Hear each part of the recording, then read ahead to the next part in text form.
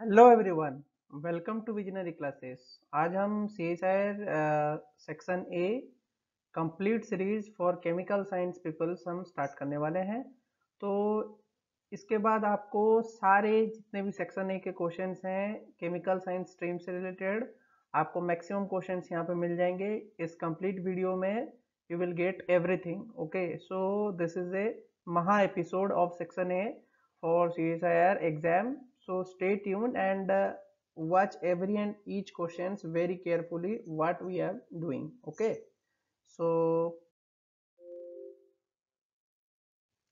in the first question we are discussing about question number 1, that is from 2015 June chemical science paper.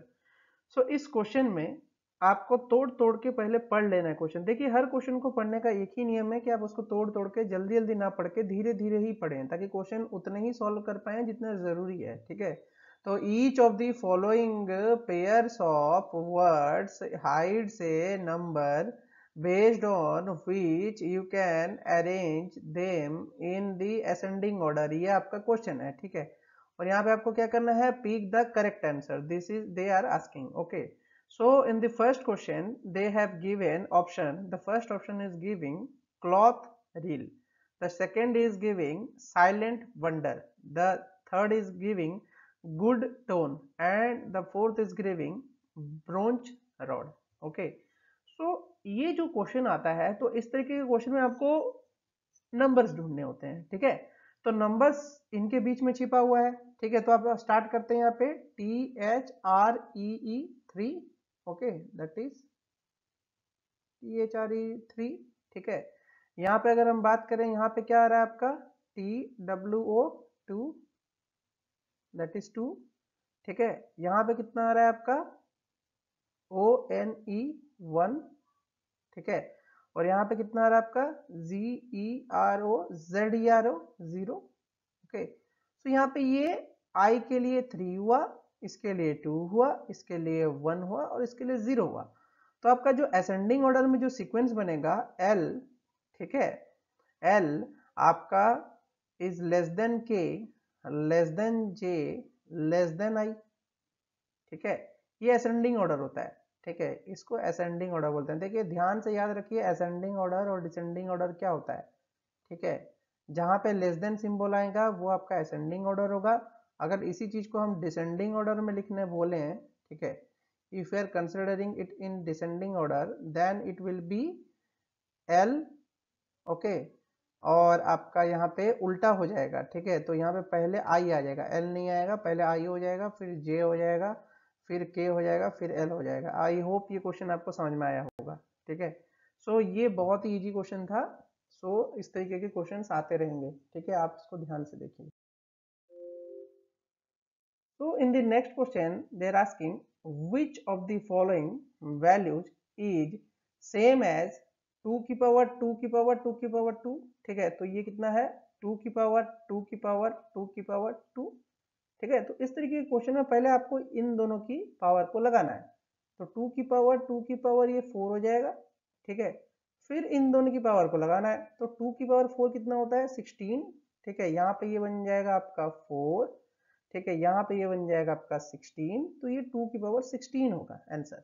ठीक है, तो यहाँ पे 2 की पावर 16 दे रखा है, तो आपका आंसर 2 की पावर 16 होगा। तो इस तरीके के क्वेश्चन में आप पीछे से आइए। ठीक है, पीछे से, सामने से मत जाइए, पीछे से आइए, तभी आपका आंसर बनेगा। Okay, you should know the trick, this is the answer.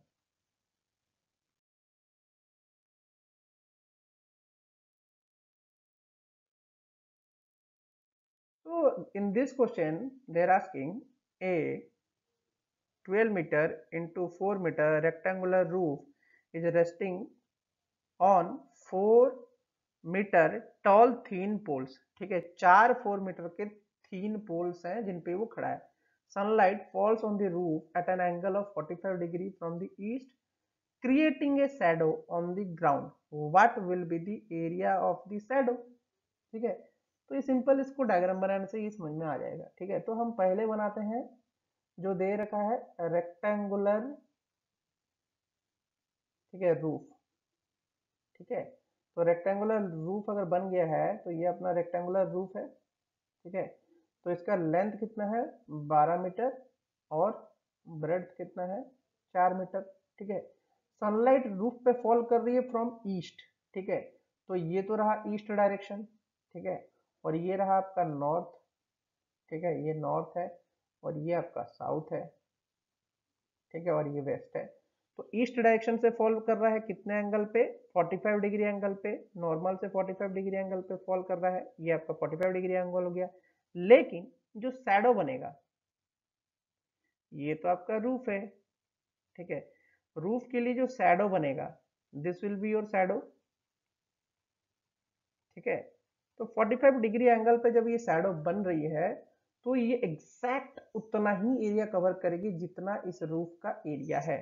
तो रूफ का एरिया कितना था 4 इंटू 12 मीटर स्क्वायर, ठीक है, यहाँ पे 12 था और यहाँ पे 4 था, तो एरिया आपका कितना बन रहा था 12 into 4 metre square, that is 48 metre square.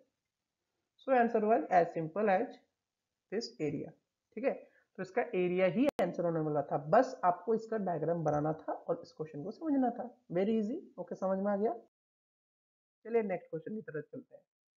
ये भी बड़ा ही इंटरेस्टिंग क्वेश्चन है। देखिए यहाँ पे 2 डिजिट नंबर है और ये भी एक 2 डिजिट नंबर है, दोनों को मल्टीप्लाई करने से एक 2 डिजिट नंबर यहाँ पे C6 आएगा और यहाँ पे 84 आएगा, और टोटल जब ऐड कर दोगे तो 8D6 बनेगा, ठीक है।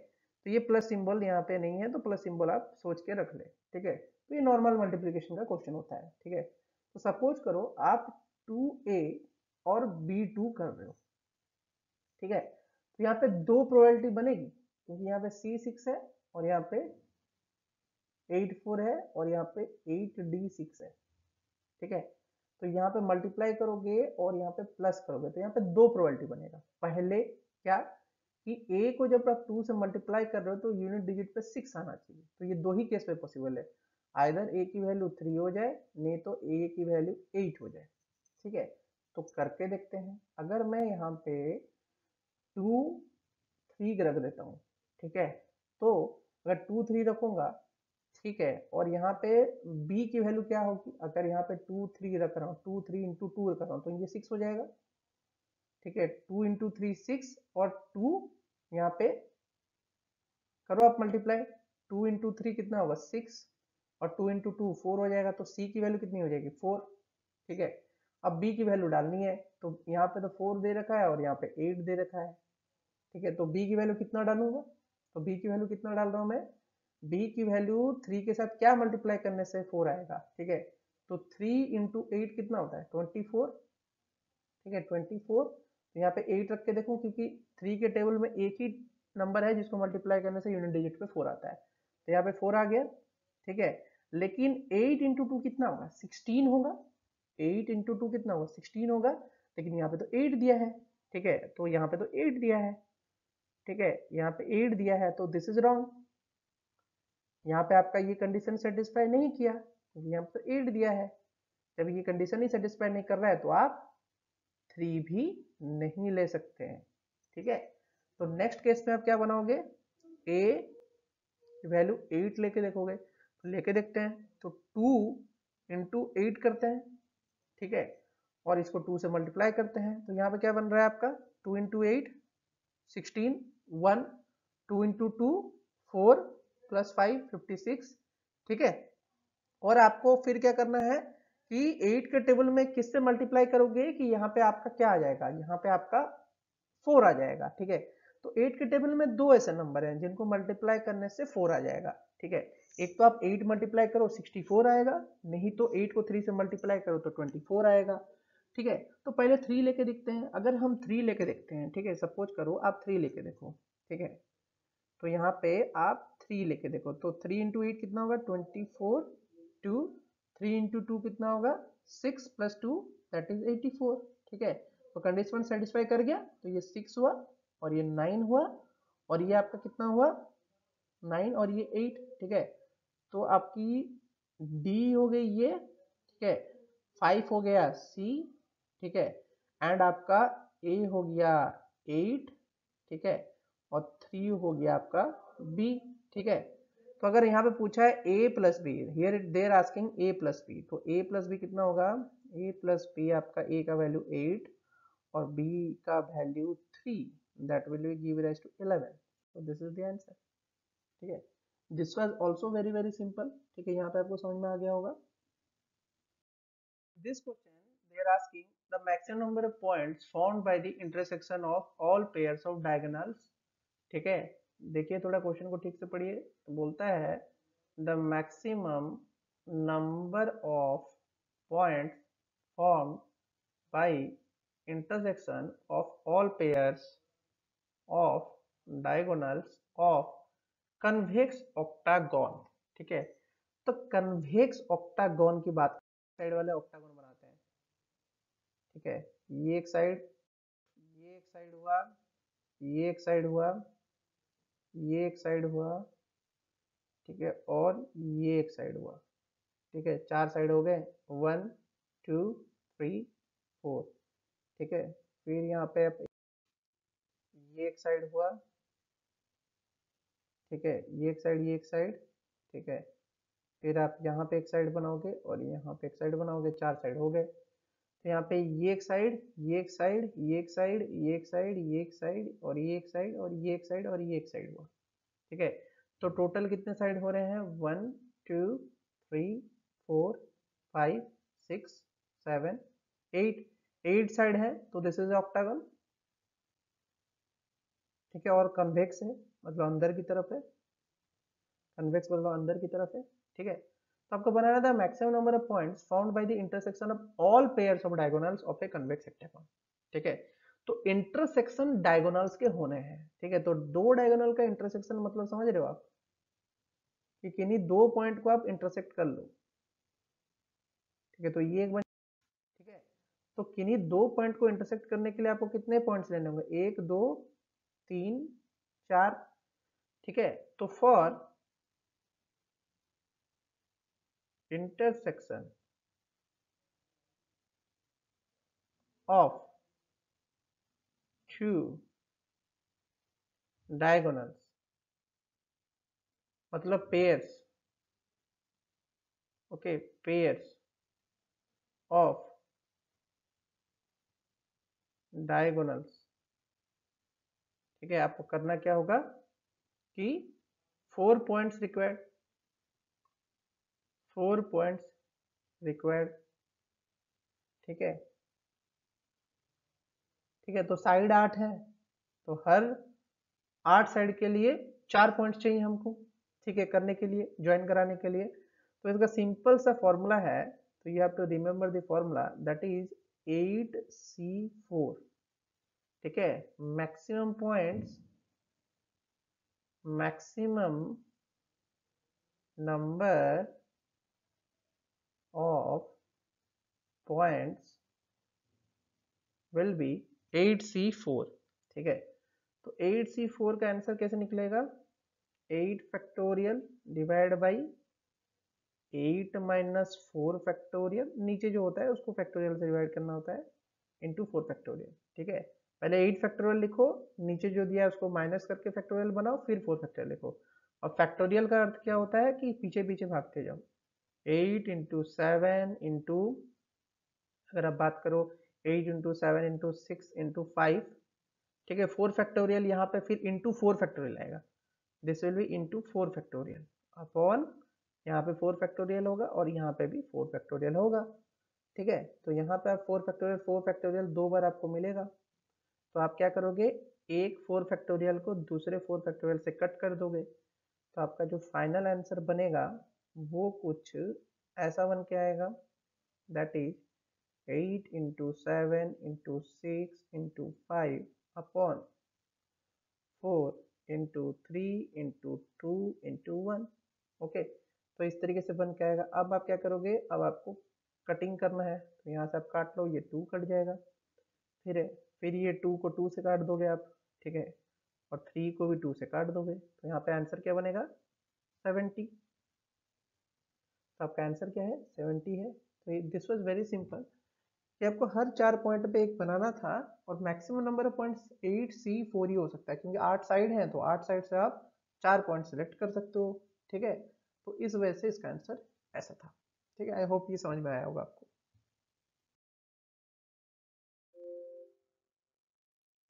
Again, read this question very carefully. This is also very interesting question. It is asking, find the height of a box of base area 24 centimeter into 48 centimeter in which the longest stick that can be kept is 56 centimeter long. This is the question.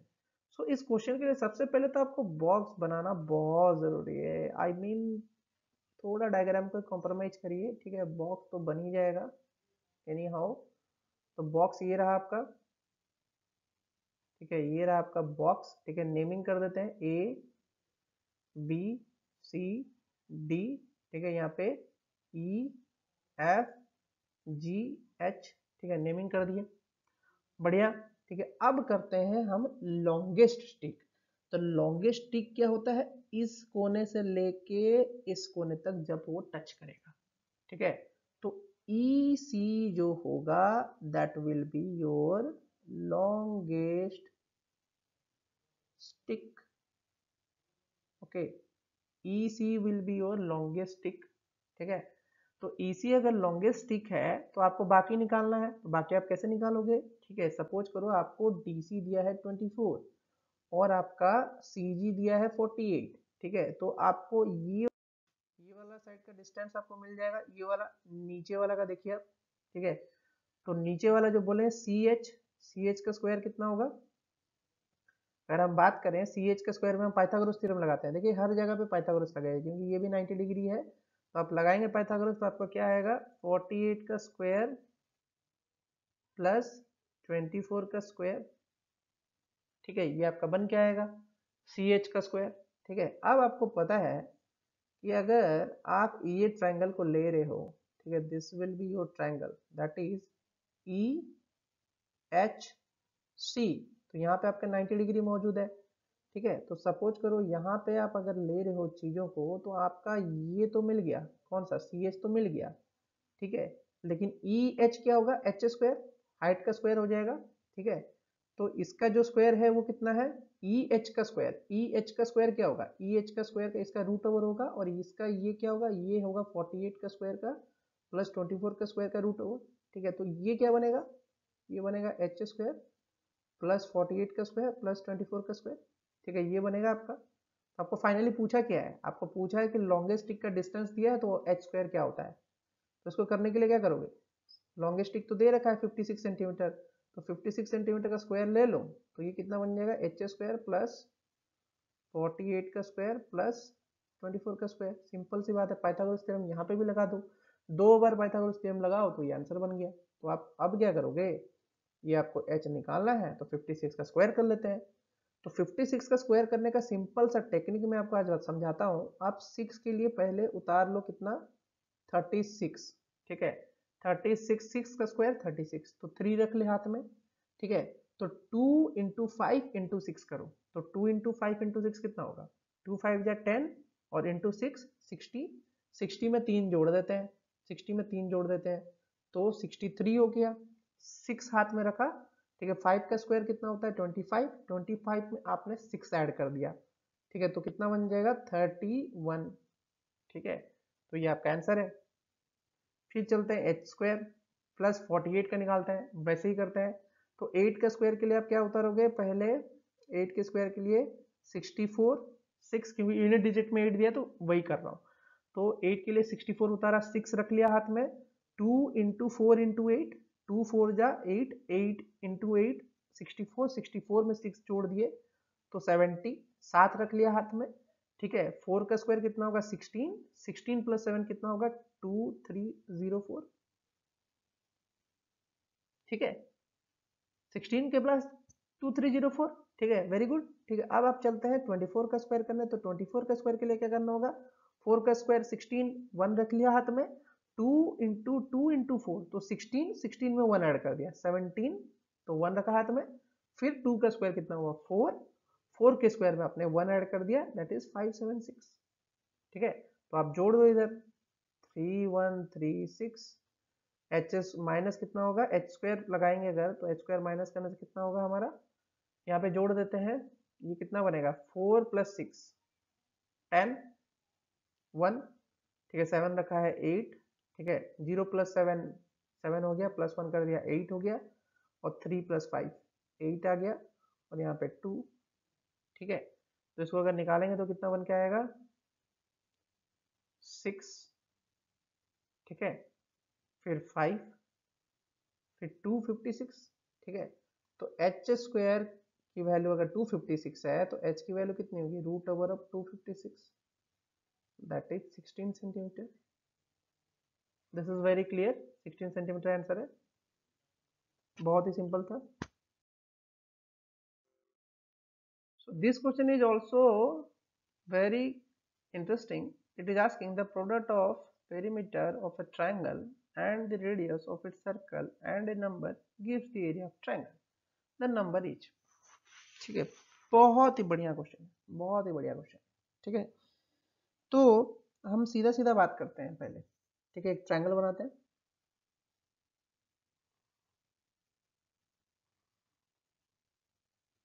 Triangle बना लिया मैंने, ठीक है। अब बोला है इन circle, ठीक है, इन सर्कल ले लेते हैं।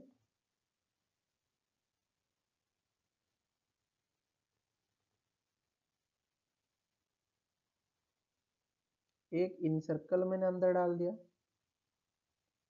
ठीक है, इन सर्कल डाल दिया है। अब आप रेडियस और ये वाला रेडियस और ये वाला रेडियस जो है, ये सब रेडियस है सर्कल के, ठीक है। ये सारे के सारे रेडियस किस तरीके से होंगे, ये परपेंडिकुलर होंगे, ये भी याद रखो, ये रेडियस हमेशा परपेंडिकुलरली यहाँ पे मीट करेगा। ये भी कंप्लीट क्लियर है, तो यहाँ पे परपेंडिकुलर हो गया रेडियस, ठीक है। अब काम करना है आपको क्या, कि आपको नेमिंग करना है, ए बी सी और यहाँ पे ओ, ठीक है। ए ओ को ज्वाइन कर लो, बी ओ को ज्वाइन कर लो एंड सी ओ को ज्वाइन कर लो, तीनों पोर्शन को ज्वाइन कर दिया। तो सबसे पहले हम निकालेंगे क्या, जो क्वेश्चन में पूछा है उसमें सबसे पहले रिक्वायरमेंट किस चीज का पूछा है, पेरीमीटर का। तो हम पेरीमीटर निकालते हैं, पेरीमीटर ऑफ ए ट्रायंगल, ठीक है, कितना होगा ए प्लस बी प्लस सी, ठीक है। तो पेरीमीटर ऑफ ट्रायंगल क्या होगा, ए प्लस बी प्लस सी, ठीक है। तो ये आपको पता चल गया। अब बात करते हैं क्या, हमारा सेमी पेरीमीटर का।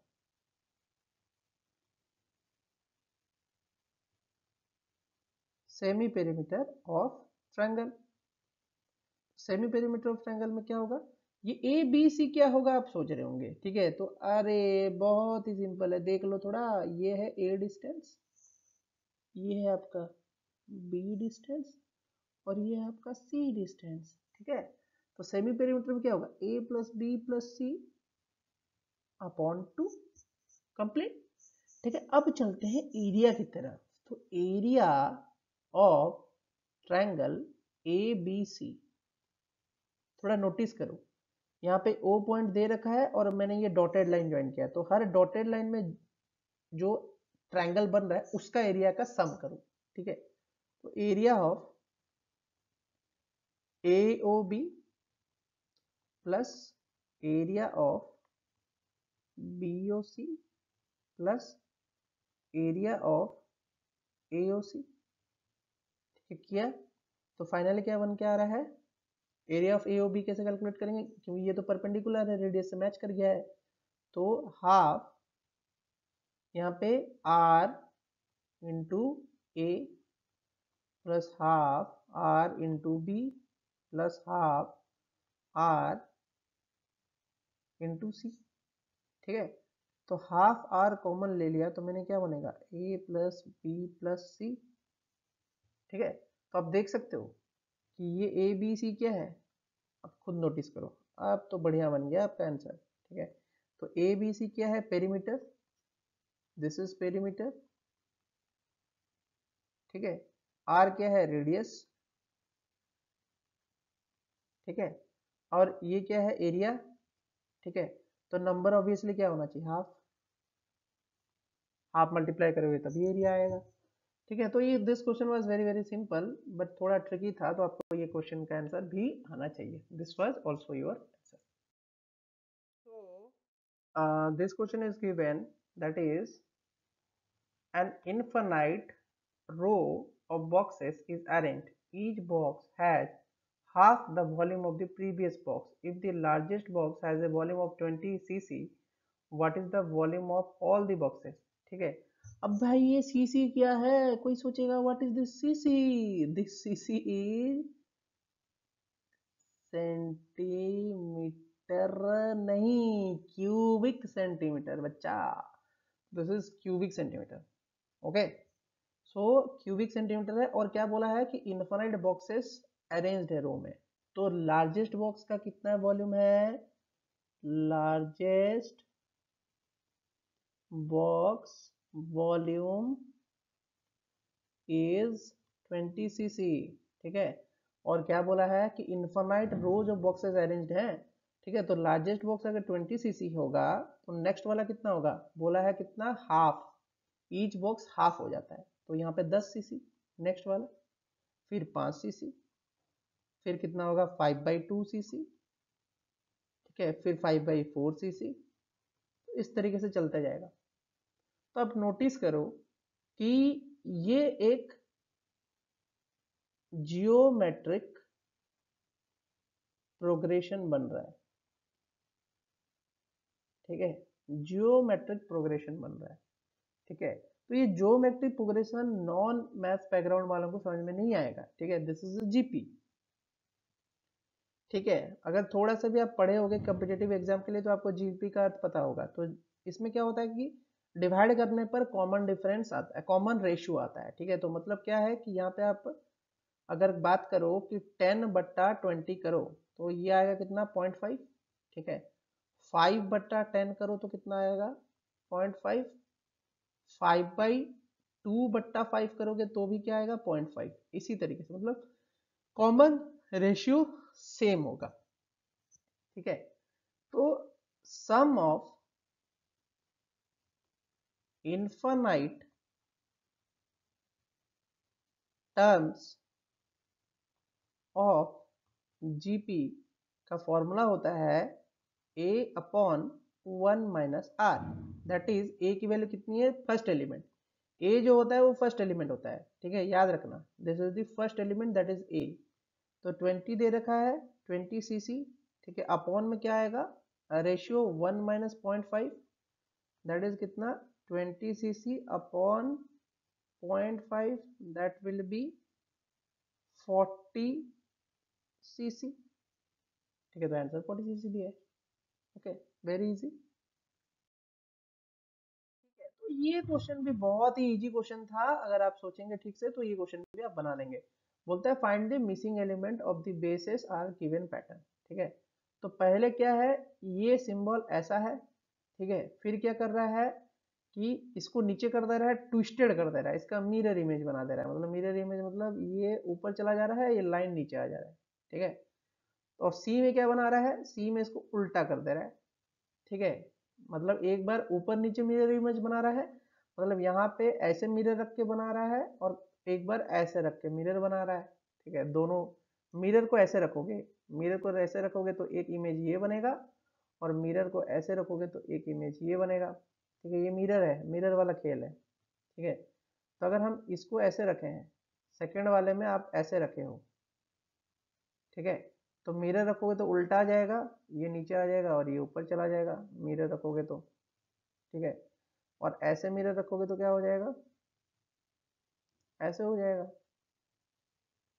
सिंपल सी बात है, वेरी वेरी सिंपल, इसमें कुछ था ही नहीं। तो यही आंसर है आपका, बस मिरर इमेज का खेल था।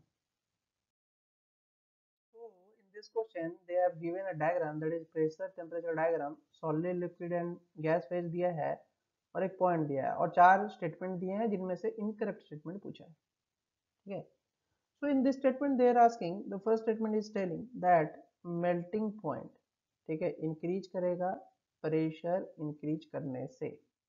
क्या ये सही है? नहीं, ये एब्सोल्युटली रॉन्ग है। क्यों? ये सपोज करो कि आपको किसी चीज को मेल्ट करना है, ठीक है। अगर गैस पे मैं प्रेशर बढ़ा दूं, ठीक है, गैस पे प्रेशर बढ़ा दूं तो वो क्या बन जाएगा, लिक्विड बन जाएगा ना। तो पहले लिक्विड बनेगा, ठीक है, तो गैस पर प्रेशर बढ़ा रहा हूं तो लिक्विड बन रहा है, तो मेल्टिंग पॉइंट तो डिक्रीज हो रहा है, जल्दी मेल्ट हो रहा है, डिक्रीज हो रहा है, मेल्टिंग पॉइंट इंक्रीज कहाँ हुआ, ठीक है। उसी तरीके से अगर हम बात करें सॉलिड, सॉलिड पे प्रेशर बढ़ा दूं, ठीक है, तो वो क्या हो जाएगा, जल्दी मेल्ट हो जाएगा, क्योंकि मॉलिक्यूल्स पास पास आ जाएंगे तो जल्दी मेल्ट हो जाएगा। लिक्विड है ना, प्रेशर बढ़ाओगे तो मेलिएबल भी तो होगा, जल्दी पिघलेगा ना, प्रेशर बढ़ाओगे पास पास आएंगे, दोनों की एनर्जी बढ़ेगी, दोनों मेल्ट आउट हो जाएंगे। तो इस ग्राफ से भी वो समझा रहा है, इस ग्राफ में भी वही चीज वो दिखाया है, ठीक है। टेम्परेचर आपका डिक्रीज हो जाएगा मेल्टिंग पॉइंट, ठीक है, इंक्रीज नहीं होगा। तो this is not your answer, this is incorrect statement. So यही आपका आंसर है। बाकी तो आपको पढ़ने की जरूरत नहीं है, जब पहला वाला ही सही हो गया, लेकिन पढ़ लेते हैं। जैसे कि बोला melting point decreases with pressure, absolutely true, ठीक है। बॉइलिंग पॉइंट इंक्रीजेस ऑब्वियसली, अगर ज़्यादा प्रेशर बढ़ाओगे तो बॉइलिंग पॉइंट, क्योंकि मटेरियल हार्ड बनेगा तो मैं उसको गैसीय स्टेट में पहुंचाना बहुत मुश्किल हो जाएगा, ठीक है। सॉलिड लिक्विड कैन को exist at the same pressure temperature, yes हो सकता है। ट्रिपल पॉइंट, सिंपल सा example, triple point of water, triple point of water, जहाँ पे तीनों फेज एग्जिस्ट करता है वाटर का, ठीक है। तो ये भी सिंपल है, तो यहाँ पे समझ में आ गया होगा आपको, वेरी वेरी इजी, ठीक है, ओके फाइन। ओके, अब आता है question, if you can change only one observation from a set of 10 observation, which of the following will definitely change, ठीक है। सिंपल सी बात करते हैं। तो सबसे पहले मीन दिया है, अगर सपोज करो हमारे पास 10 ऑब्जर्वेशन है, x1 x2 x3, मीन की बात कर देते हैं, x1 x2 x3 plus x4 plus x5 plus x6 plus x7 plus x8 plus x9 plus x10, ठीक है, अपॉन एन होगा, ठीक है। तो अगर आप ओनली वन ऑब्जर्वेशन, किसी भी एक ऑब्जर्वेशन, सपोज आप 7 को निकाल दे रहे हो या तो चेंज कर दे रहे हो उसकी वैल्यू, ठीक है, x प्लस 7 को आप चेंज कर दे रहे हो, तो इसको x प्लस 7 प्लस 2 कर दे रहे हो आप किसी तरीके से, ठीक है, तो आपके मीन में फर्क आएगा, डेफिनेटली फर्क आएगा, डेफिनेटली, ठीक है, मीन चेंज हो जाएगा, mean will change, okay. So first option is 100% correct. लेकिन अगर हम मीडियन की बात करें, मीडियन तो मिडिल वैल्यू होता है, तो इनमें से कोई एक मिडिल वैल्यू होगा, तो वो तो चेंज होगा नहीं। मोड क्या होगा, हाईएस्ट ऑब्जर्वेशन, ठीक है, तो हाईएस्ट ऑब्जर्वेशन जब तक ये x7 नहीं होगा तब तक तो वो चेंज होगा नहीं। और स्टैंडर्ड डेविएशन तो एक एक को माइनस करके निकालना होता है, तो आप वो तो एवरेज होता है, उसमें भी आप अगर लोगे तो वो भी चेंज नहीं होगा, लेकिन मीन डेफिनेटली चेंज होगा, ठीक है, this will B change, okay, very very simple, okay. So, in the next question, they're asking, a man starts his journey at 100 hours and local time, ठीक है, local time है, to reach another country at 900 hours local time on the same day, ठीक है। He starts a return journey on the same night at 2100 hours local time to his original place, taking the same time to travel back.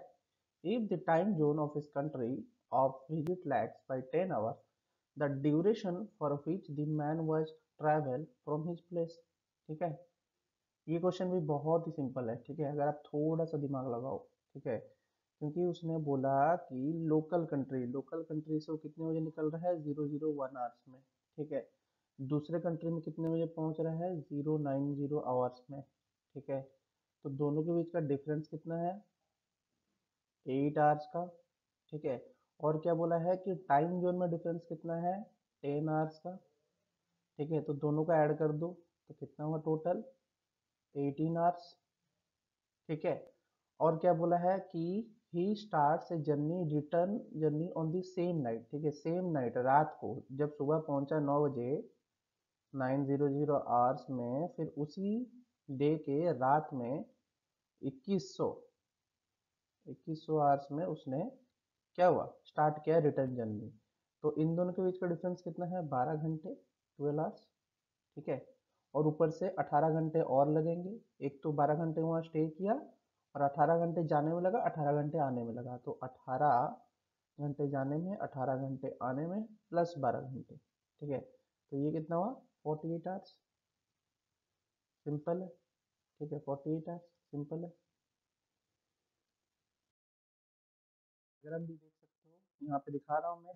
ठीक है, ये है local country, ये है आपका पहुँचने वाला कंट्री। ठीक है, लोकल कंट्री से 9 घंटे से, ये 1 आवर से कितना टाइम लग रहा है, 9 आवर्स। ठीक है, ट्रैवलिंग कितना हो रहा है, 18 घंटे। यहाँ पे देखो, ट्रैवलिंग देखो। ठीक है, क्योंकि कितना, 10 घंटे का डिफरेंस है ना, तो 18 घंटे लग रहे हैं। पहुंचा, यहाँ पे पहुंच गया। यहाँ पे कितने बजे पहुंचेगा, 1900 आवर्स में, according to which own time country. ठीक है, अपने कंट्री के हिसाब से कितना, 1900 आवर्स में पहुंचेगा। 12 घंटे वहाँ रुका, रात को निकला, रात को निकल के 18 घंटे में लगा इसको। ठीक है, तो आप पहला वाला ही ट्रिक पे चलिए, तो ये बहुत ही सिंपल क्वेश्चन है। ठीक है, इसमें कुछ नहीं है, आपको बस डायग्राम भी याद रखना है और साथ ही साथ वो कैसे ट्रैवल कर रहा है, बस इतना याद रखना है, तो आप ये क्वेश्चन को बना लोगे। क्वेश्चन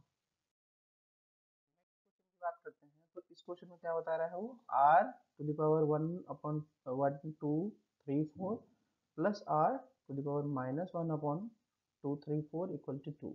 ठीक है, तो आइए चलिए लिखते हैं, आर 1/1 2 3 4 प्लस आर 1 बाई हो जाएगा, ये 1/1 1 2 3 4 इक्वल टू 2। ठीक है, तो अगर हम स्क्वायरिंग करते हैं, चलो इसकी स्क्वायरिंग कर लेते हैं पहले। आर 1/1 2 3 4 प्लस आर 1/r 1/2 3 4 का होल स्क्वायर कर लो, 4 आ जाएगा। ए प्लस बी का होल स्क्वायर लगा लो, A square plus B square plus 2ab, ये भी लगा लो। तो इस पे लगाते हैं, तो इसमें लगाएंगे तो कितना होगा, 2/1 2 3 4, that is 1/617 plus 1/r 617 equal to, यहाँ पे कितना आएगा, 2 आएगा, क्योंकि दोनों कैंसिल हो जाएंगे, तो 4 - 2, यहाँ पे 2 हो जाएगा, इसकी वैल्यू 2 हो जाएगी, क्योंकि यहाँ पे 2 आएगा, 2ab ना, 2ab की जगह में 2 आएगा, क्योंकि ये दोनों तो कट आउट हो जाएंगे। ठीक है, R to the power 1/2 3 4 1/r 2 the power 1 2 3 4 दोनों तो कैंसिल हो जाएंगे, क्योंकि दोनों रेसिप्रोकल है, तो कैंसिल हो जाएंगे। तो 2 आ जाएगा, यहाँ पे +2 आ जाएगा, उस 2 को लेके इधर मैंने माइनस कर दिया। ठीक है, तो वैल्यू कितना बचा, 2 अगेन। ठीक है, तो आप देख रहे हो 1 2 3 4 में भी वही आ रहा है और यहाँ पे भी वही आ रहा है। ये तभी पॉसिबल है, इट इज ओनली पॉसिबल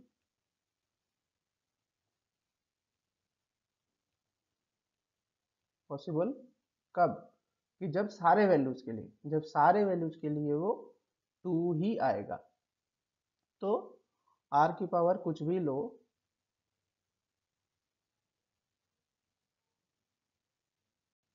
ये हमेशा 2 आएगा इस क्वेश्चन के लिए। तो the next set we will discussing here, that is the 2015 December section, क्योंकि आज हम 2015 का कंप्लीट सीरीज फिनिश करने वाले हैं केमिकल साइंस पे। ठीक है, केमिकल साइंस स्ट्रीम का 2015 पूरा कंप्लीट होगा। तो इसमें बोल रखा है, the clue is hidden in the statement. ठीक है, the clue is hidden in the statement, read the note handed to Sherlock by Moriarty, who stolen the treasure in one of the 10 pillars, which pillar is it। ठीक है, तो already statement में ही clue दे रखा है, तो कैसे हम देखेंगे इसको, अगर आप इसको देख रहे हो, द क्लू इज, ठीक है, हिडन। ठीक है, इसके बाद ही आपको क्लू मिल जाएगा, तो क्लू है क्या? NINTH, 19th। ठीक है, नाइन्थ, नाइन्थ है, 19th नहीं, नाइन्थ। ठीक है, इसके बाद ही आपका क्लू है। तो उस क्लू को अगर हम लिखें यहाँ पे, नाइन्थ स्टेटमेंट। ठीक है, नाइन्थ स्टेटमेंट है, ये आपको समझ में आ गया। ठीक है, नाइन्थ स्टेटमेंट है यहाँ पे।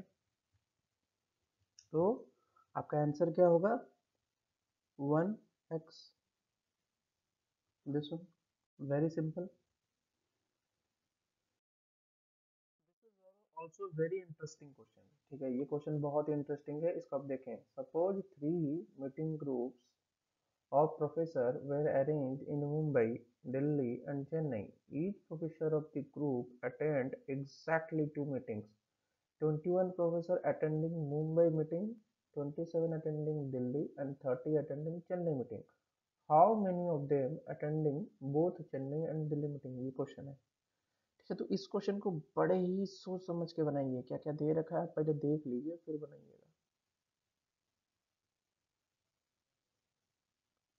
पहले हम इसका वेन डायग्राम बनाते हैं।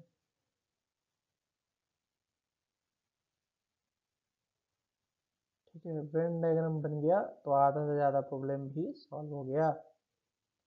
इसका तो वेन डायग्राम से ही बनेगा। ठीक है, सबसे पहले क्या बोला है स्टेटमेंट कि 3 सिटी हैं। तो मुंबई है, दिल्ली है, चेन्नई है। ठीक है, और क्या बोला है कि ईच प्रोफेसर 2 ही अटेंड कर रहा है। तो एग्जैक्टली 2 अटेंड करेगा, 3 भी नहीं करेगा। तो ये वाला पोर्शन जिसमें एक एक अटेंड कर रहे हैं, ये तो एम्प्टी होगा, खाली, क्योंकि हर प्रोफेसर तो 2 मीटिंग अटेंड कर रहा है। और 3 कोई अटेंड नहीं कर रहा है, तो ये भी एम्प्टी होगा। एक एक वाले घर एम्प्टी हो जाएंगे, और जिसमें तुम्हारे तीनों हैं वो भी एम्प्टी हो जाएगा, ये भी एम्प्टी हो जाएगा, ये दोनों भी एम्प्टी हो जाएंगे, क्योंकि एक प्रोफेसर 2 अटेंड करना ज़रूरी है। तो हर 2 घर में रहेगा। ठीक है, तो अगर सपोज मानो कि हम इसको x ले लेते हैं। ठीक है, इस पोर्शन को x ले लेते हैं। ठीक है, तो टोटल अटेंडिंग यहाँ पे कितना है? दिल्ली और चेन्नई। आपका दिल्ली में कितना है? चेन्नई वाले में कितना है? चेन्नई वाले में 30 है, तो ये 30 माइनस एक्स हो जाएगा, क्योंकि 2 ही अटेंड कर सकते हैं। तो दोनों में 30 माइनस एक्स हो जाएंगे, इन टोटल तो 30 होना चाहिए। ठीक है, और यहाँ पे कितना हो जाएगा किसका? 21 माइनस क्या होगा? एक्स। यहाँ पे 21 माइनस एक्स हो जाएगा। क्यों? खुद देखो, 21 माइनस एक्स ही होगा ना, क्योंकि आपको कितना अटेंड करवाना है? मुंबई का अटेंड करवाना है, तो 21 माइनस एक्स हो जाएगा। ठीक है, तो आपको ये पता है कि 27 जो अटेंड है वो दिल्ली है, तो 27 अटेंडीज दिल्ली के हैं। तो आप क्या कर सकते हो? 21 minus X plus 30 minus X equal to कितना दे रखा है आपका? दिल्ली, दिल्ली वालों के लिए दे रखा है, तो दिल्ली वालों के लिए दे रखा है, तो कितना होगा वो? 27।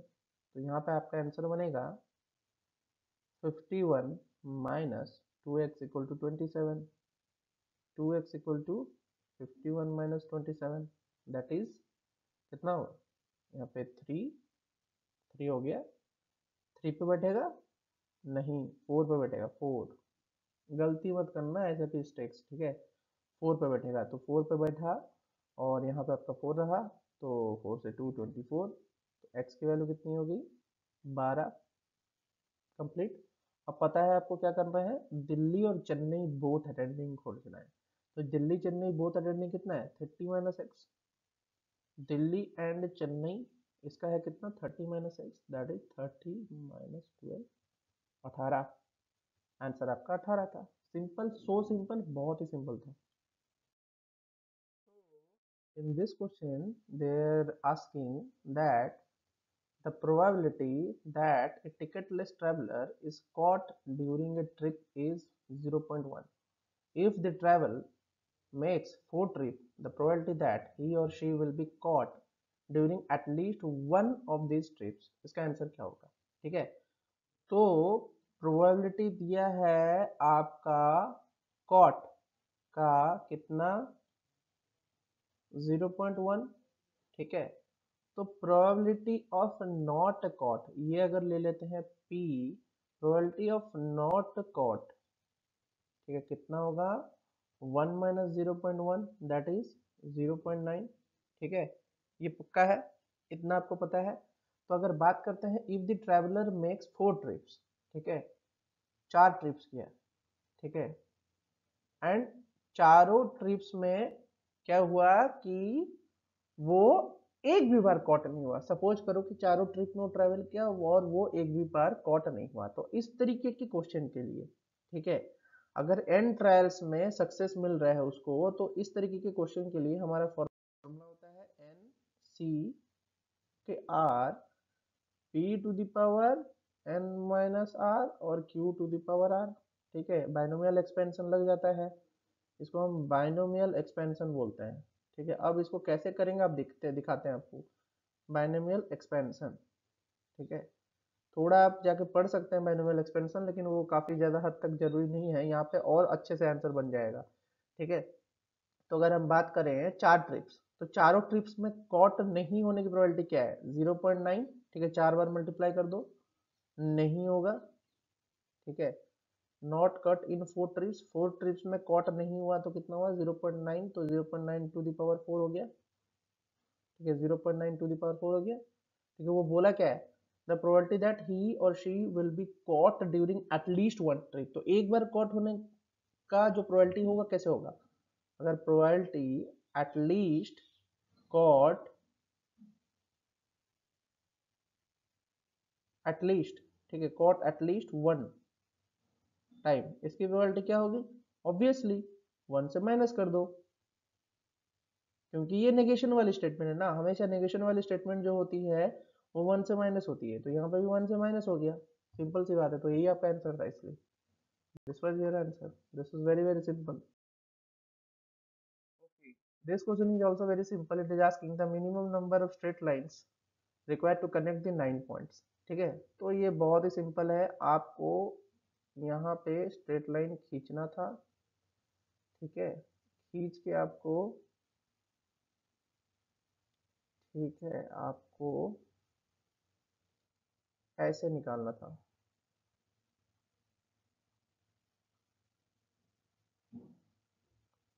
निकाल के आपको ऐसे मूव करवाना था,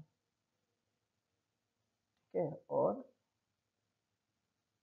ऐसे लाना था, ठीक है। यहाँ से स्टार्ट किए, यहाँ पे गए और यहाँ से लाते हुए ऐसे पहुँचे हो, तभी 9 पॉइंट्स को कनेक्ट करने के लिए 4 लाइन चाहिए, 1 2 3 4, सिंपल था, वेरी सिंपल, ठीक है। तो इस तरीके के क्वेश्चंस के लिए भी तैयार रहिए। So in this question they are asking, let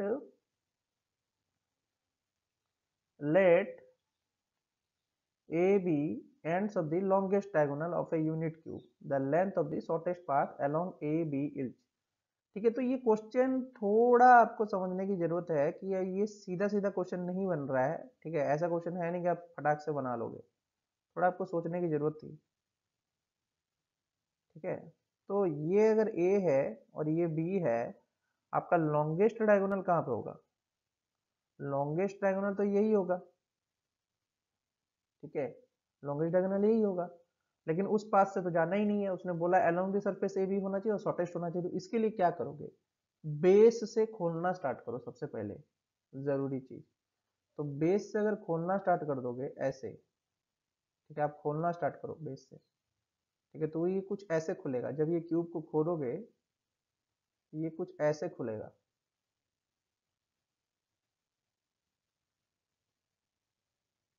ठीक है। तो ये ऐसे खुलेगा, आपको निकालना क्या है, शॉर्टेस्ट डिस्टेंस। तो ये अगर ए होगा तो ये बी होगा, ठीक है, अलोंग द सरफेस चलना, ये वाला डिस्टेंस निकालना है, दिस वन, आपको दिस वन निकालना है। तो इसको निकालने के लिए आपको क्या करना होगा, ये वन दे रखा है और ये वन दे रखा है, दोनों मिला के 2 हो जाएंगे और ये 1 है, तो आपका क्या होगा टोटल, √2 का स्क्वायर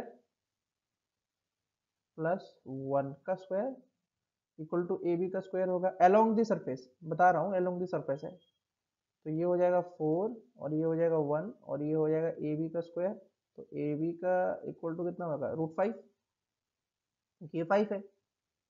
सिंपल था ये भी, बस खोलना था अलोंग द सरफेस बनाना था।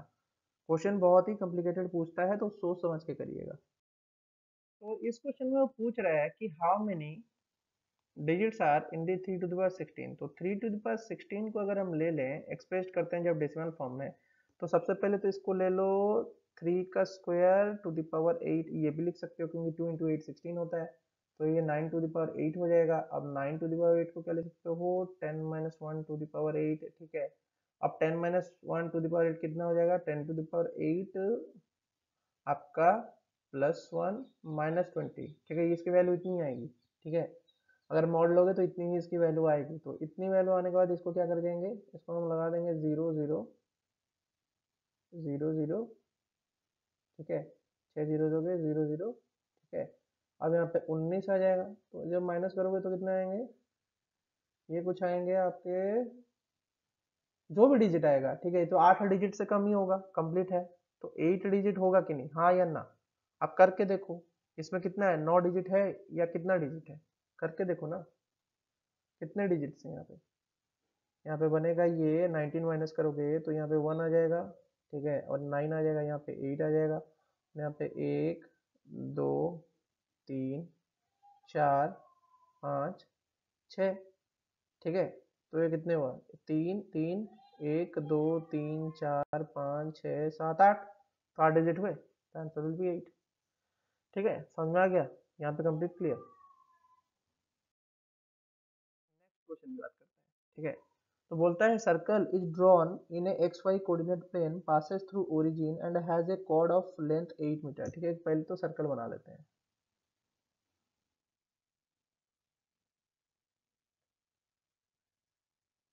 पहले सर्कल बना लो भाई, ठीक है। तो बोलता है कि पासेस थ्रू ओरिजिन, पहली बात तो ओरिजिन से पास कर रहा है, ठीक है, ओरिजिन से पास कर रहा है तो कहीं, ठीक है। बोलता है has a chord of length 8 unit on the X axis,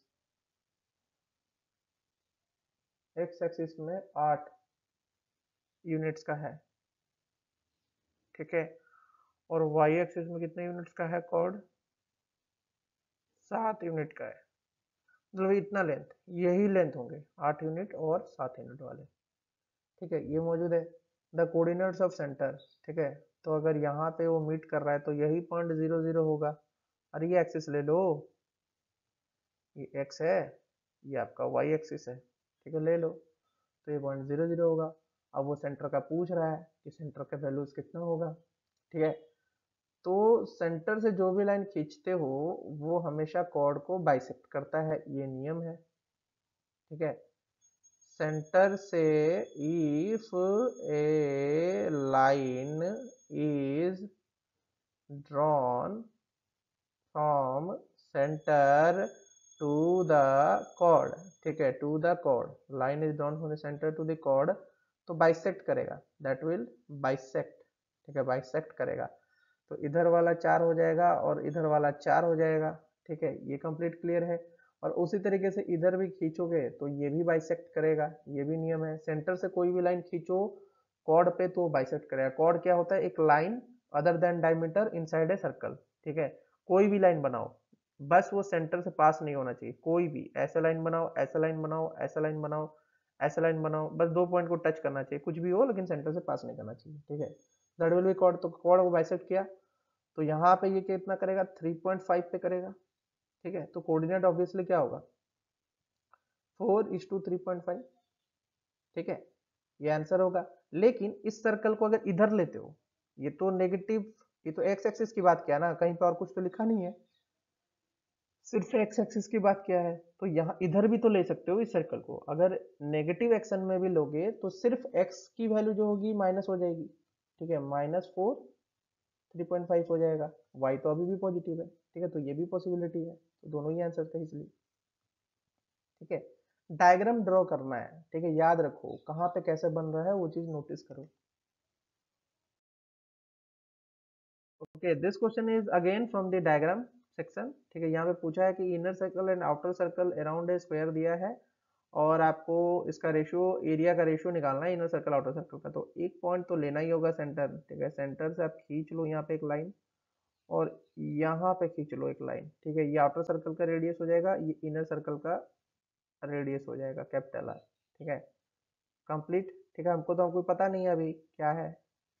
ठीक है, तो अभी तो पता नहीं है, लेकिन हम अगर देखने चले, ठीक है, if you observe it very easily you can see कि अगर इस डिस्टेंस को हम x लेते हैं, किसको, स्क्वायर के साइड को हम x लेते हैं। ठीक है, तो स्क्वायर का जो साइड x होगा, तो जो स्मॉल आर इनर सर्कल का रेडियस होगा वो x/2 होगा। कैसे, अब देखो ये वाला पोर्शन x/2 होने वाला है, और क्योंकि ये वाला पोर्शन भी x/2 होगा, क्योंकि पहले ही बोले हैं कि कॉर्ड है, ये कॉर्ड है ना, ये ए बी कॉर्ड है, और सेंटर से खींचोगे तो ये परपेंडिकुलरली बाइसेक्ट करेगा, मतलब आधा आधा हिस्सों में काटेगा। ये भी नियम बता चुका हूँ। तो ए बी को कॉर्ड मान के चलो। ठीक है, तो ये x/2 हो गया, क्या, ये x/2 हो गया तुम्हारा स्मॉल आर। ठीक है, और इधर भी ये x/2 है। तो आपका ये जो होगा ए ओ वाला डिस्टेंस, ठीक है, ए ओ, ठीक है, ए ओ वाला डिस्टेंस जो कि सेंटर है, वो क्या हो जाएगा, ए ओ का स्क्वायर हो जाएगा x/2 का स्क्वायर प्लस x/2 का स्क्वायर। ठीक है, दैट इज 2x/2 का square, that is 2 into x square upon 4। ठीक है, that is x square upon 2। ठीक है, ये आपका आंसर है। पहले वाले का रेडियस आया x/2, इसका आया ये। ठीक है, तो AO की वैल्यू कितनी हो जाएगी, AO equal to x upon root two. ठीक है, AO की value x upon root two आ गई। अब हम करते हैं इनर सर्कल और आउटर सर्कल का एरिया का रेशियो। ठीक है, क्या बोला, आउटर सर्कल, पहले आउटर सर्कल लेते हैं। तो पाई AO का स्क्वायर कितना है, pi x square upon 2 AO का स्क्वायर। ठीक है, अपॉन क्या था, पाई इनर सर्कल जिसका x/2 का स्क्वायर। ठीक है, वो कितना होगा, पाई एक्स स्क्वायर अपॉन 4। ठीक है, तो पाई पाई यहाँ पे कैंसल आउट हो जाएंगे, जो हमारा पाई पाई होगा कैंसल आउट हो जाएगा। ये कितना बचेगा, 4/2, दैट इज 2। एक्स स्क्वायर भी कैंसिल हो जाएगा, 4 ऊपर चला जाएगा, 2 नीचे आ जाएगा, तो ये आंसर होगा। This is also very very simple, ये क्वेश्चन भी बहुत ही सिंपल था। This question is also very very interesting, so थोड़ा ध्यान से पढ़ें क्वेश्चन को। तो बोलता है the base of diameter of a glass is 20% smaller than the diameter at the rim. ठीक है, the glass is filled to the half height, the ratio of the empty filled volume of the glass is। ठीक है, तो भाई बोला है the base of the diameter of the glass is 20% smaller than the diameter at the rim. ठीक है, base of the diameter of the glass is 20% smaller than the diameter at the rim. ठीक है, तो radius अगर rim का लेंगे कितना होगा, 10, और रेडियस ऑफ द बेस क्या होगा, जो रेडियस ऑफ द बेस होगा ग्लास का वो कैसा होगा। ठीक है, 20% लेस है। ठीक है, तो डायग्राम इसी तरीके से बनेगा, याद रखो, क्योंकि ये अगर 10 होगा और ये अगर 20% लेस है तो आप करो। ठीक है, 10 माइनस 20/100 इंटू 10 दैट इज 8। ठीक है, तो यहाँ पे 8 बन गया, ग्लास का जो बेस है वो ऐसा है, 8 है, इधर 8 है। ठीक है, the glass is filled to the half, ये हाफ डिस्टेंस तक फिल्ड भी किया है, इन्होंने फिल्ड भी किया है। ठीक है, the ratio of the empty field volume of the glass, ठीक है, ये उसने पूछा है। ठीक है, तो अगर हम एम्प्टी फील्ड वॉल्यूम ग्लास का पूछेंगे तो हम निकालेंगे कैसे। सबसे पहली बात तो ये है, एम्प्टी फील्ड बोला है कि एम्प्टी फील्ड है, ग्लास एम्प्टी फील्ड है। ठीक है, तो उसके बाद करेंगे क्या कि यहाँ पे आप देख सकते हो कि यहाँ पे x इक्वल टू 9 कहाँ, यहाँ पे बीच में आएगा। अगर यहाँ पे 8 है तो यहाँ पे 10 है, तो बीच में कहीं x इक्वल टू 9 आएगा, ऑब्वियसली पता है। ठीक है, तो फ्रॉम सिमिलर ट्रायंगल अगर हम करें तो सिमिलर ट्रायंगल का प्रॉपर्टी क्या होता है, करस्पॉन्डिंग साइड्स जो होता है उनका इक्वल होता है। ठीक है, तो सिमिलर ट्रायंगल की प्रॉपर्टी अगर हम अपना लें तो यहाँ पे क्या होगा, 2h1 प्लस h। ठीक है, ये वाला डिस्टेंस। ठीक है, ये वाला डिस्टेंस। ठीक है, ये कंप्लीट है, ये वाला डिस्टेंस। ठीक है, और हाफ फील्ड की बात कर रहा है। ये वाला डिस्टेंस, ठीक है, हाफ फील्ड की बात कर रहा है। तो 2h1 प्लस एच, ठीक है, h1 प्लस एच है, ये h1 है, ठीक है, प्लस एच है। तो h1 प्लस एच की वैल्यू कितनी है, 10/8, ठीक है, देयरफॉर h जो होगा इतना होगा, ठीक है। तो h1 कितना होगा फिर, 9h1/8, h1 कितना हो रहा है हमारा, x/8, सिमिलर ट्रायंगल से, ठीक है। तो बोलता है ratio of the empty field volume to the glass, ठीक है। तो इस क्वेश्चन में क्या करोगे कि x इक्वल टू 9 तो आ गया हमारा, क्या x की वैल्यू जो थी वो 9 आ गई है, कहाँ पे, यहाँ पे देख रहे हो x की वैल्यू 9 आ चुकी है, वो यही बोल रहा है, यहीं तक ही फील्ड है वो, ठीक है। Therefore the ratio of the empty field volume of the glass कितना है, 1/3πr² होता है वॉल्यूम, 1/3πr², ठीक है। उसी वॉल्यूम उसी फॉर्मूले से डाल दो, आ जाएगा आंसर, ठीक है।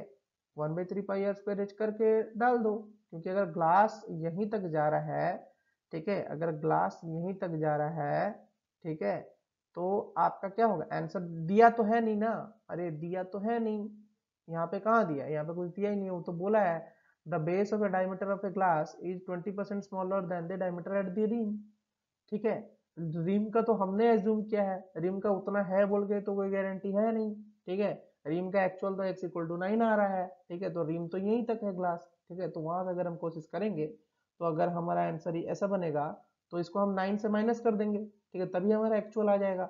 इन टोटल से 9 माइनस कर दोगे तभी आपका एक्चुअल आएगा, क्या, एम्प्टी फील्ड ग्लास, क्या बोला है, empty field volume of the glass. तो empty field volume of the glass के लिए आपको इसको डिवाइडेड बाई, ठीक है, इससे करना होगा। एक तो फील्ड वाला ले लो, फील्ड वाले में आधा यहीं तक भरा हुआ है, और एम्प्टी फील्ड में टोटल से माइनस कर लो, तो आ गया आपका कितना, 10⁻³ -9³ अपॉन 9³ -8³, ठीक है, जो कि आपका आंसर है। देखो यहाँ पे 10 लिया है मैंने, 10 दिया नहीं था, ठीक है, 10 लिया है ताकि आंसर इजी हो जाए, क्योंकि यहाँ पे 10 10 सब जगह में दिया ऑप्शंस में, that's why I have taken 10, ठीक है। क्योंकि जो भी निकलेगा वो रेडियस के क्यूब के फॉर्म में ही निकलेगा, ठीक है, क्योंकि यहाँ रेशियो ऐसी तरीके से बनेगा, तो उस तरीके से बनाने के लिए ही आपको ये चीज लेना होगा, ठीक है, समझ में आया, clear, okay. This question is also very very interesting, तो इस क्वेश्चन को भी आप देखिए, ठीक है। तो यहाँ पे बोल क्या रहा है, यहाँ पे आपको सबसे पहले बोल रहा है कि a wheelbarrow with a unit space between the wheels is pushed along a semicircular path of mean radius 10. The difference between the distance covered by the inner and the outer wheel. ठीक है, तो भाई इसके लिए तो बहुत ही अच्छा question है ये, इसके लिए डायग्राम बनाना जरूरी है, ठीक है। थोड़ा डायग्राम बना लेते हैं, ठीक है, दिस इज योर डायग्राम, ठीक है। तो यहाँ पे अगर हम बात करें, उसने दिया है मीन रेडियस, तो मीन रेडियस तो यही होगा कि रिम के बीचों बीच से निकल रहा हो।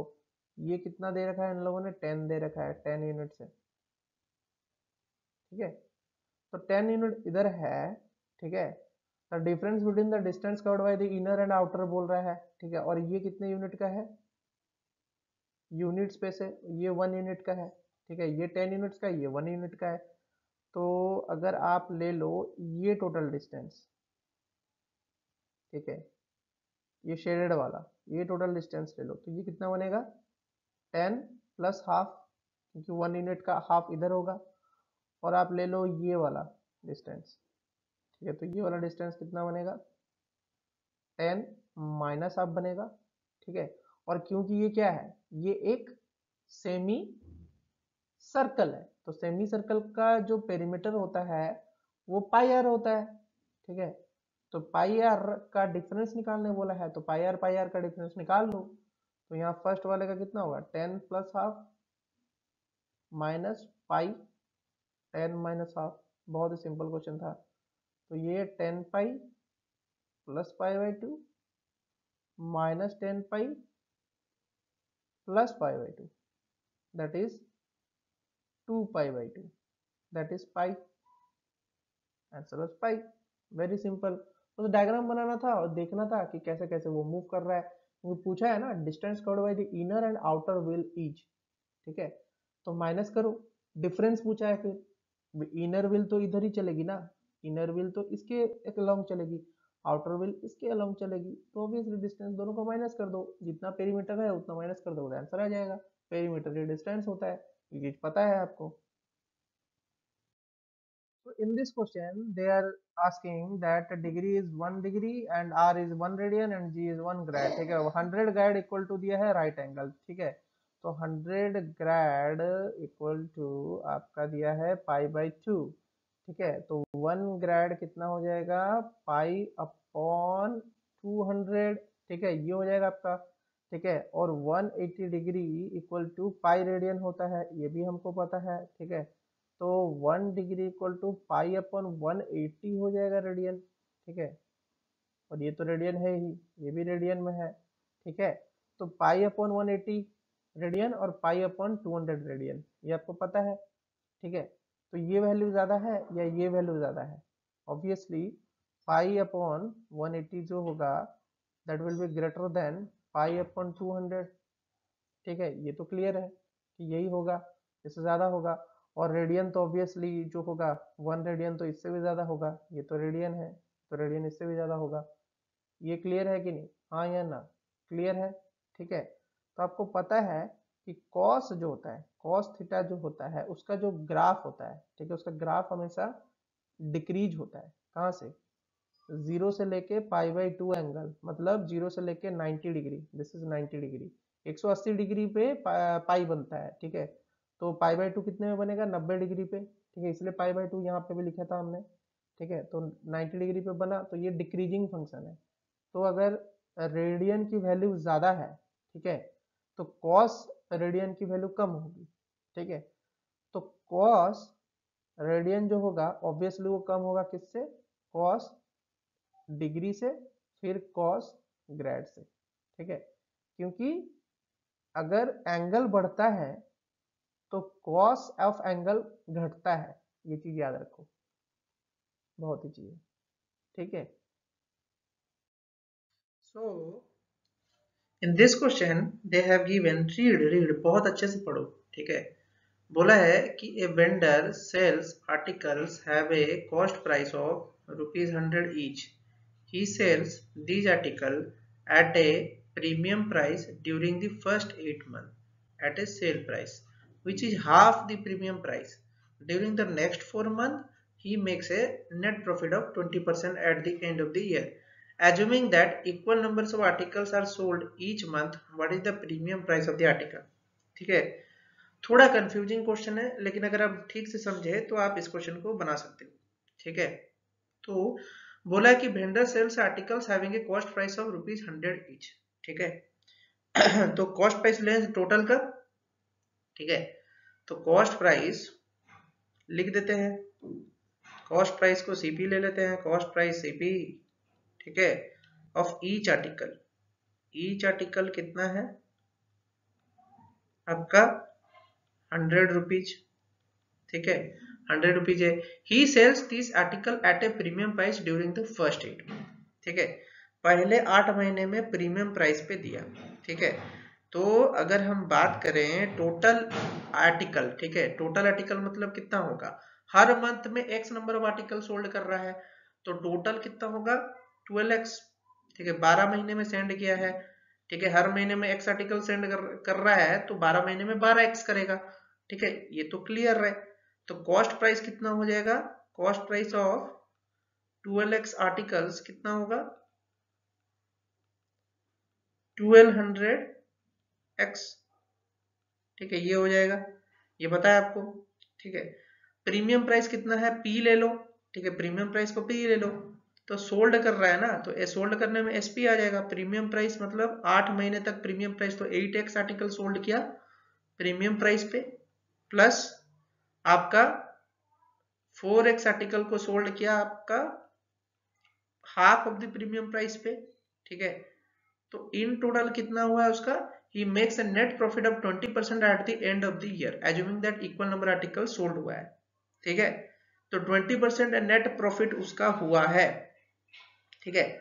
तो 20% जो नेट प्रॉफिट हुआ है वो कैसे निकालोगे, उसको कैसे करोगे, बात यहां आती है, ठीक है। एसपी से तो आप निकाल दोगे, यहां पे तो आप कर लोगे, इसका वैल्यू कितना होगा 10x इंटू एसपी, इसकी वैल्यू तो इतनी आएगी, एसपी की वैल्यू इतनी आएगी, और नेट प्रॉफिट कितना हुआ है, 20% का हुआ है, ठीक है। तो जो प्रॉफिट होता है वो क्या होता है, एसपी माइनस सीपी। प्रॉफिट तो यही होता है ना भाई, एसपी माइनस सीपी ही होता है प्रॉफिट। तो प्रॉफिट जो होता है वो आपका एसपी माइनस सीपी होता है। तो आप कर लो, ठीक है। प्रॉफिट कितना दिया है, 20% दिया है, और 20% क्या होगा, कॉस्ट प्राइस पे होगा, ठीक है। तो 20% बाय 100 इंटू 120x इंटू 100 नहीं 1200x इक्वल टू आपका कितना है, SP 10x into P minus cost price that is 1200x, ठीक है। तो यहां से अगर आप p की वैल्यू निकालोगे, ठीक है, तो अगर यहाँ पे x x तो कैंसल आउट होने ही वाले हैं, ठीक है, x x जोड़ दोगे तो यहाँ पे x की वैल्यू जो होगी, यहाँ पे 10x भी तो है, 10x है, तो x x कट आउट कर दो तो कितना हो रहा है, थोड़ा काट के देख लेते हैं, ठीक है। सपोज यू कट आउट, तो यहाँ पे क्या बनेगा, 20 into 12 equal to 10p minus 1200, ठीक है। तो p की वैल्यू कितनी आएगी यहाँ से, 144, ओके। तो p की वैल्यू डेफिनेटली यहाँ 144 आएगा, तो यहाँ से आपका आंसर बनते हुए आएगा, क्योंकि यहाँ पे देखो कट आउट किया मैंने, 100 काट दिया है, और x भी बोथ साइड से कॉमन लेके उसको भी एलिमिनेट कर दिया है, तो p की वैल्यू 144 आएगी। तो आपका आंसर 2 वाज करेक्ट, ठीक है। बहुत ही सिंपल क्वेश्चन था। Now again this question is very simple. It is asking that one is required to a tile plane with a congruent regular polygons. Which of the following polygons is possible? ठीक है, तो यहाँ पे बोलता है कि if you tile a regular convex polygon, then at each vertex the sum of the interior angles of R such regular polygon must be add up to 360 degree, ठीक है। तो ये जो है इंटीरियर वाला, ये ऐड होने के बाद 360 डिग्री ही बनना चाहिए, ये चीज वो बोल रहा है, ठीक है। तो interior angles of a hexagon is 120 degree and such hexagon add up to 360 degree, ठीक है। 120 120 120, ठीक है। इंटीरियर एंगल्स ऑफ हेक्सागोन कितना दे रहा है, 360 डिग्री दे रहा है, ठीक है। कोई भी एंगल बनाओ तो 120 120 120 बन के वो 360 ही बना के देगा हेक्सागोन का, ठीक है। हैंस द एक्शन इज क्या, यही होना चाहिए, क्योंकि कन्गुरेंट रेगुलर पॉलीगन बोला है। तो कन्गुरेंट रेगुलर पॉलीगन में वो साफ साफ समझा रहा है कि each vertex sum of interior angles of are such regular polygon must be added to 360 degree, ठीक है। ईच वर्टेक्स सम, ठीक है, हर वर्टेक्स के सम, समझ रहा है, ये एक वर्टेक्स है, ये एक वर्टेक्स है, ये वर्टेक्स है, ठीक है, हर वर्टेक्स का सम, ठीक है, must be added to give क्या, interior angles of hexagon is 120 degree, ठीक है। एडिंग 3 सच हेक्सागोन, ठीक है, 3 हेक्सागोन को अगर एक साथ ऐड करोगे, ठीक है, तो ये कितना देगा। अब देखो यहाँ पे ये वाला कितना बन रहा है, 360 डिग्री बन रहा है, ठीक है, और इक्विवेलेंट भी है, इस पॉइंट पे मीट कर रहा है ना। अब देखो ये 120 डिग्री बन रहा है, ये 120 डिग्री बन रहा है, और ये भी 120 डिग्री बन रहा है, ठीक है। तो यही वो बोलना चाहता था, जहां पे वो मीट कर रहे हैं तो उन तीनों का एंगल 120 डिग्री होना चाहिए, तभी वो रेगुलर कन्वेक्स पॉलीगन बनेगा, ठीक है। तो ये भी क्लियर है यहाँ पे आपका, इसलिए वो 6 गॉन बनेगा, 6 गॉन वाला, ठीक है। ये आंसर हो गया, ठीक है।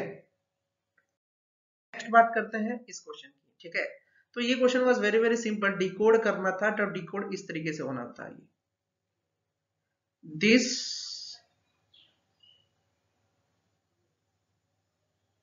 ठीक है, दिस, फिर क्या करोगे, प्रॉब्लम इज सॉल्वेबल, ठीक है, हो गया, सॉल्वेबल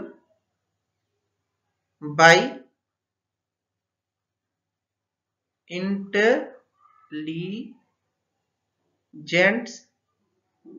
स्टूडेंट्स। बहुत ही आसान था, डिकोड करना था।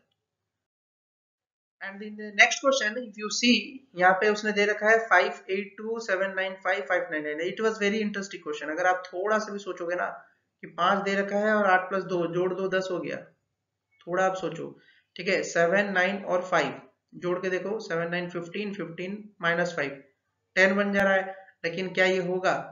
अगर मैं 7 + 9 16 16 + 5 कर दूं, कितना हो जाएगा? कितना हो जाएगा?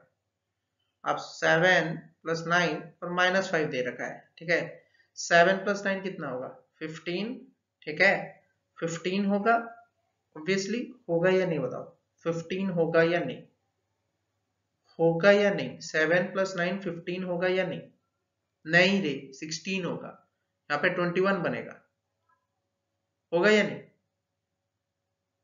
अगेन कंफ्यूजिंग, ठीक है। आप इसको कंफ्यूज हो रहे हो, नहीं होना है। अब देखो, आप बात करते हैं यहाँ पे 5, ठीक है। 5 का आपने क्या किया? यहाँ पे 5 का 8 + 2 कर दिया, 10 बन गया, ठीक है। तो डबल हो गया, 5 का डबल, 5 × 2 10 बना दिया, ठीक है। उसी तरीके से अगर हम बात करें यहाँ पे 7 9 और -5, ठीक है।